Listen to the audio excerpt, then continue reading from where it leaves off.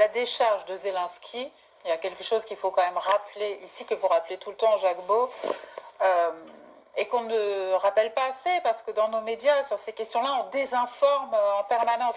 C'est que une solution politique aurait pu être trouvée très tôt, dès le printemps 2022, une solution qui aurait épargné des centaines de milliers de vies, et ce sont les Occidentaux, notamment avec ce rôle trouble joué par un personnage comme Boris Johnson, qui à chaque fois ont empêché Zelensky de négocier avec les Russes.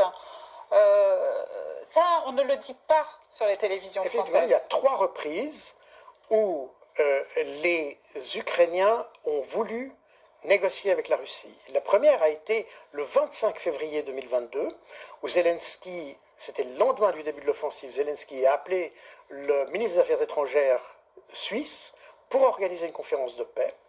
C'est l'Union européenne qui est intervenue, qui a dit on ne négocie pas avec la Russie, et ils lui ont donné un premier package de 450 millions d'euros pour des armes. La deuxième fois est arrivée 3 semaines plus tard, à la mi-mars, lorsque Zelensky, constatant que son armée était dans une situation difficile, est arrivé avec une proposition pour lesquelles les Russes s'étaient déclarés intéressés et favorables à discuter sur cette base, et qui a pratiquement été signée d'ailleurs, parce qu'on a déjà la proposition signée par la délégation ukrainienne qui a été présentée. Donc on sait qu'on est allé très très loin dans cette discussion. La troisième fois, ça a été en août 2022, lorsque, à l'initiative du président Erdogan, Zelensky a voulu, plutôt, oui, je ne sais pas s'il a voulu, mais disons que Erdogan a proposé une rencontre au sommet entre Zelensky et Vladimir Poutine. Vladimir Poutine a fini par accepter cette entrevue, et c'est de nouveau Boris Johnson, une nouvelle fois, qui a dit c'est pas le moment de faire des négociations fumeuses, je crois qu'il employait ce terme-là, et on a abandonné une troisième fois une possibilité d'avoir la paix.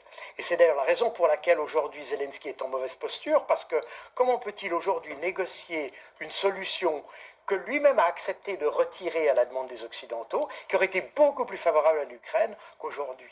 Donc il est dans une position extrêmement difficile. Si je peux rajouter juste, David Arakamia, qui est député, membre du parti de Zelensky, serviteur du peuple, a récemment déclaré que lors des premières négociations au printemps dernier, Poutine a fait des grandes concessions. C'est-à-dire que c'est connu au sein même de la scène politique ukrainienne, et donc au niveau militaire aussi. Donc on en parlait tout à l'heure de l'opposition entre politique et armée. Alors, ces centaines de milliers de morts. En vous écoutant parler, on se dit, mais les Ukrainiens, quand ils apprennent ça, ils ne sont pas en colère contre leur propre gouvernement? Ils le savaient déjà en avril, puisque moi j'ai cité dans mon premier livre, Opération, enfin pas le premier, c'est le deuxième sur l'Ukraine, c'est Opération Z.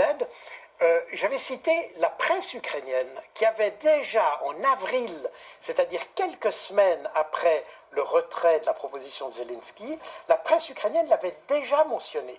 Mais aucun... Exactement. Et c'est dans mon livre Opération Z.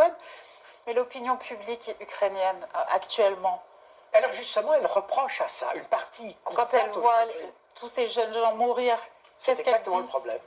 Il le voit, et c'est pour ça qu'il y a cette défiance vis-à-vis de Zelensky qui est de plus en plus, dénoncée, enfin cette défiance qui est de plus en plus visible. Là,